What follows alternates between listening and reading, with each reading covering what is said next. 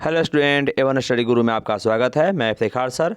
आज एक्सरसाइज 4 का most important question बताने जा रहा है। जो टॉप वीवीआई नोट है वो हम इसमें लेके आए हुए हैं, जो 2022 एग्जाम में पूछे जा सकते हैं। जो व्यक्ति पूरा देखिएगा उसे पूरा ऑब्जेक्टिव क्लियर होने में ज़्यादा संभावना होगी कि ज़्यादा से ज़्यादा ऑब्जेक्टिव क्लियर होगा। इसलिए आप शुरू से लेके अंत तक जरूर देखें। इसके अलावा जो व्यक्ति सब्जेक्टिव इंपॉर्टेंट सब्जेक्टिव पढ़ना चाहते हैं या एमबीटी का ऑब्जेक्टिव पढ़ना चाहते हैं, उसका लिंक भी डिस्क्रिप्शन में दे दिए है, वहाँ जाके आप देख सकते हैं। चलिए शुरू करते हैं द्विघात समीकरण के ऑब्जेक्टिव और उसके कुछ फॉर्मूला और नोट। चलिए शुरू करते हैं। चलिए फॉर्मूला की ओर पहले आते हैं। फॉर्मूला में जो हो जाएगा द्विघात समीकरण के बारे में कि द्विघात समीकरण का विस्तारित रूप क्या होता है, a x square plus b x plus c बराबर 0 होता है। द्विघात समीकरण का विस्तारित रूप क्या होता है, a x square plus b x plus c बराबर 0 होता है। उसके कुछ फॉर्मूले हैं। फॉर्मूले क्या है, मूलों का योगफल मतलब अल्फा प्लस बीटा बराबर माइनस बी बटा ए होता है। मूलों का गुणनफल मतलब अल्फा इंटू बीटा बराबर क्या होता है, सी बटा ए। दोनों ध्यान रखिएगा, इसमें डायरेक्ट फॉर्मूला या इस पर सवाल भी आ सकते हैं।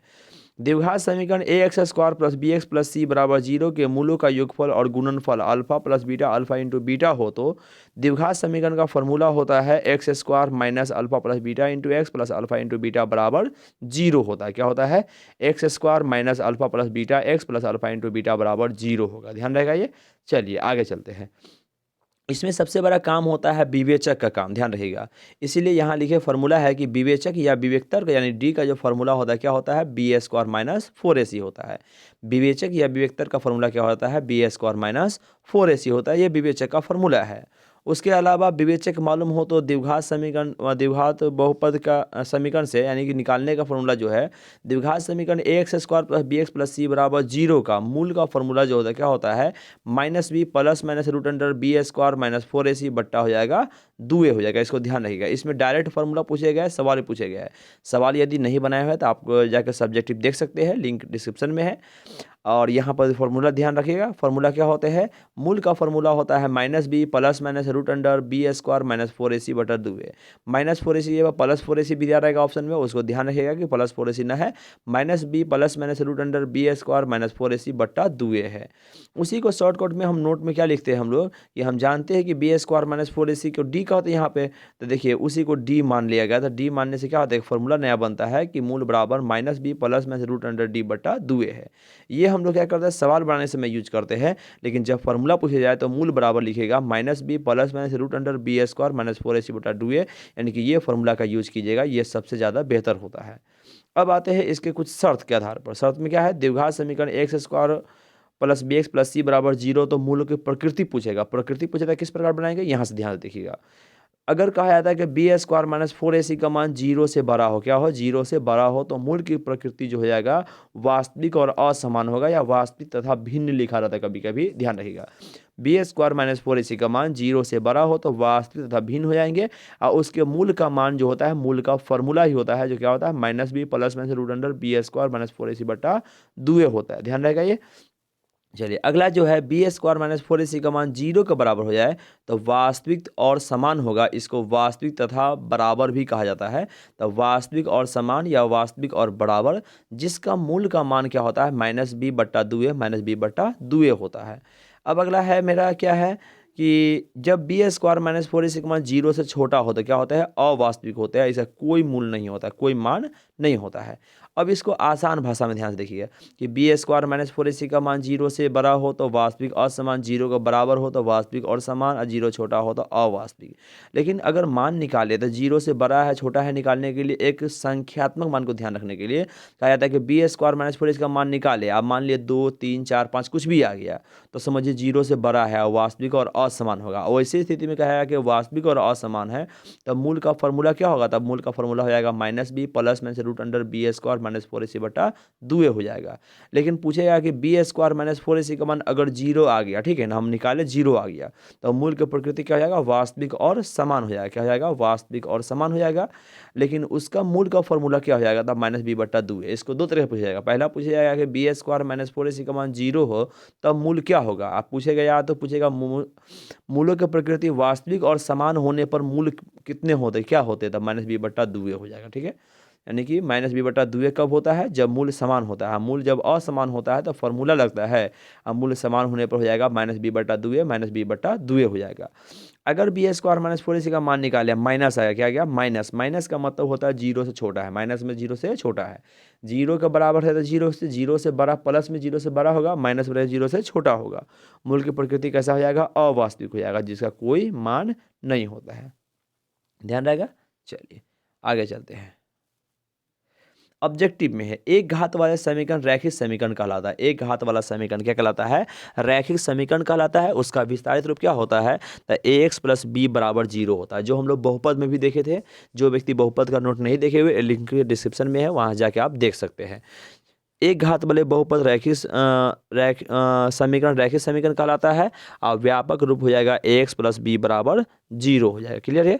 चलिए, दो घात वाले समीकरण द्विघात समीकरण कहलाता है, जिसका व्यापक रूप ax square plus b x plus c बराबर 0 होता है।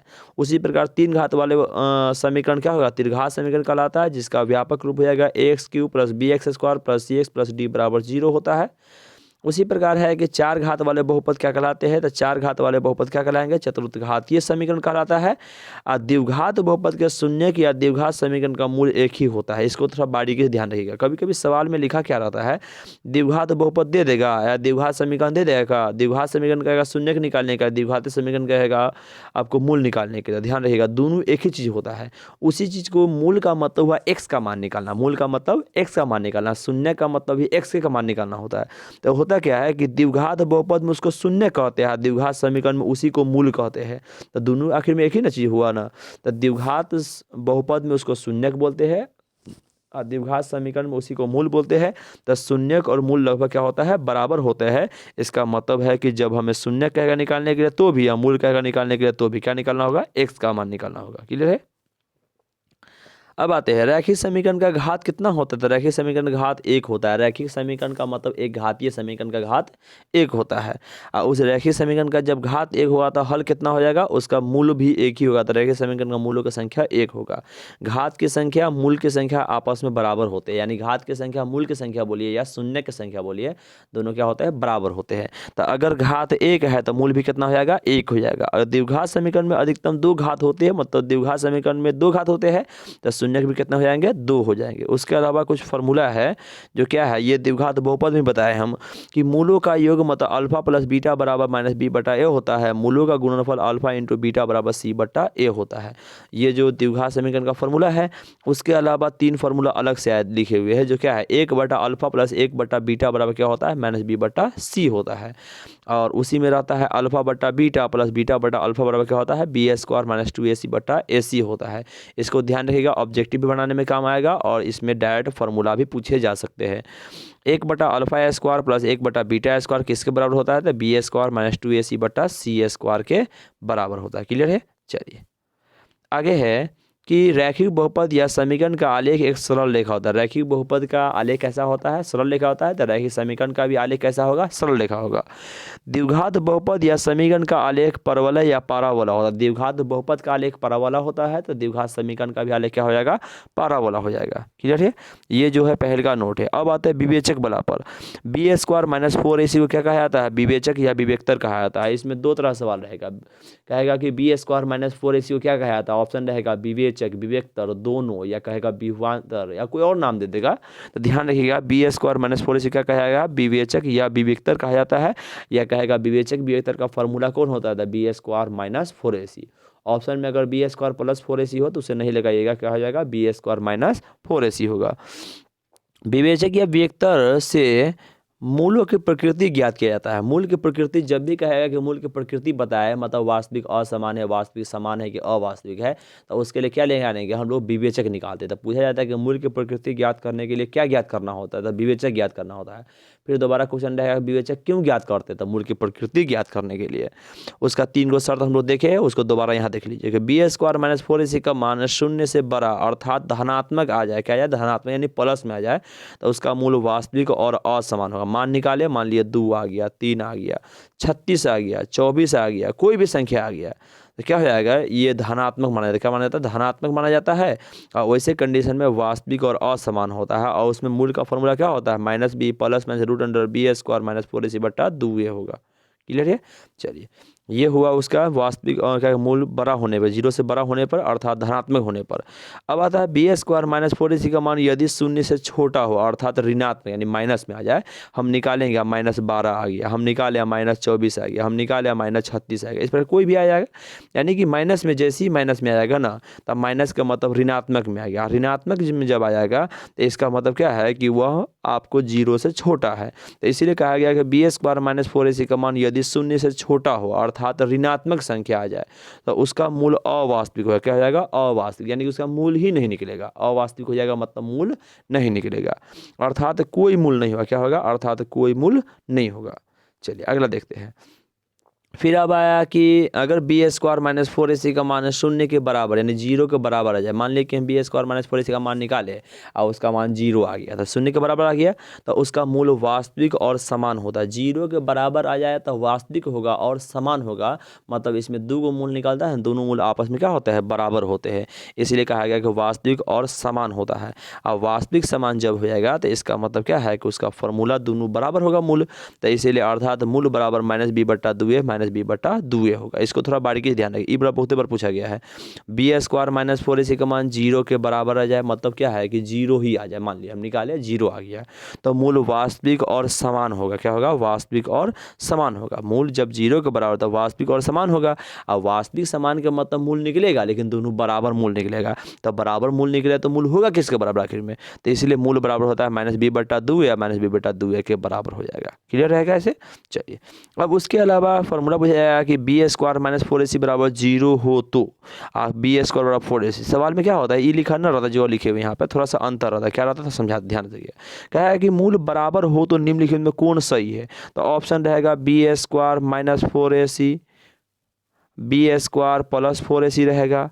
तो इस दोनों में तो इबरा पहले का सही हो जाएगा। कभी कभी इस प्रकार से ऑप्शन न देगा, ऑप्शन क्या देगा? थोड़ा सा उटपटांग टाइप में देगा। क्या होगा? बी स्क्वायर बराबर -4ac रहेगा, अब बी स्क्वायर बराबर 4ac कौन हो जाएगा? बी स्क्वायर बराबर 4ac होगा। कैसे हुआ थोड़ा ध्यान दीजिएगा। बी स्क्वायर बराबर जब 4ac होता है ना, ये है -4ac उस साइड जाएगा तो क्या होता है? +4ac हो जाएगा। तो इसीलिए कहा जाता है कि अगर मूल वास्तविक और समान हो, क्या हो? वास्तविक और समान हो तो उसके क्या होगा? तो बी स्क्वायर माइनस बराबर 4ac के बराबर होगा। ठीक है, चलिए आगे देखते हैं। यदि कोई मूल लिखा हुआ है कि यदि कोई मूल वास्तविक हो, क्या हो? वास्तविक। अब ध्यान सुनिएगा यहाँ बारीकी से। अच्छा, बी स्क्वायर माइनस 4ac क्या होगा? 0 से बड़ा होगा। क्या होगा? 0 से बड़ा होगा तो वास्तविक और असमान होगा, है ना? है। अब बी स्क्वायर माइनस 4 0 के बराबर होता है, वास्तविक और समान होगा, लेकिन दोनों कंडीशन में तो वास्तविक होता है ना। इसका मतलब अगर सिर्फ हमें वास्तविक पूछ दे या समान असमान न कहे तो उस कंडीशन में बराबर भी हो सकता है और बड़ा भी हो सकता है। इसलिए यहाँ लिखे यदि कोई मूल वास्तविक हो तो बी स्क्वायर माइनस 4 क्या होंगे? 0 से बड़ा या बराबर होंगे। क्या होंगे? 0 से बड़ा या बराबर होंगे। ध्यान रहेगा ऐसे।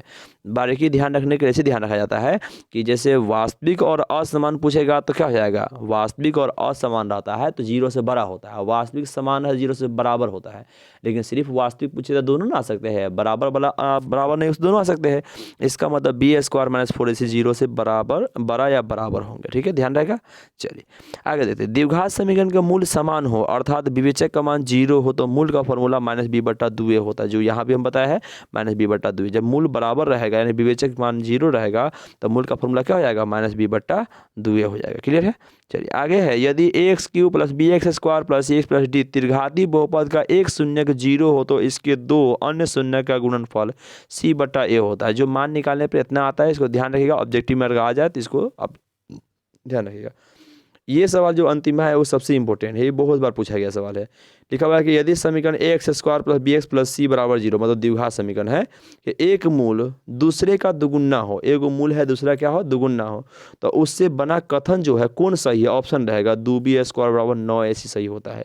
इसको याद रखिएगा क्योंकि ये सवाल कई बार आया हुआ है कि अगर एक मूल दूसरे का दुगुना हो तो निम्नलिखित में कौन सही है? 2b² = 9ac। ऑप्शन रहेगा b² = 9ac। बहुत सारा सवाल रहता है, क्या हो जाएगा? 2b² = 9ac हो जाएगा। ठीक है, ऐसे पूरे याद कर लीजिएगा जिससे सुविधा होगा एग्जाम देने में।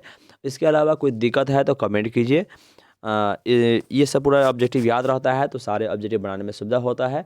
अगर पिछला वीडियो यानी कि एक्सरसाइज 1 का, एक्सरसाइज 2 का और 3 का जो भी व्यक्ति आप नहीं देखे हैं या देखना बाकी रह गया नोट को, उनको देखना है तो आप क्या कहते हैं प्लेलिस्ट में जाइए, उसमें आपको एक प्लेलिस्ट बनाए हुए हैं हम नोट के लिए प्लेलिस्ट बनाया हो, वो जाके देख सकते हैं या हमें टाइम मिला तो हम इसमें इसके लिंक में भी दे देंगे। ठीक है, चलिए, अगर अच्छा है तो लाइक कर दीजिए, सब्सक्राइब कर दीजिए।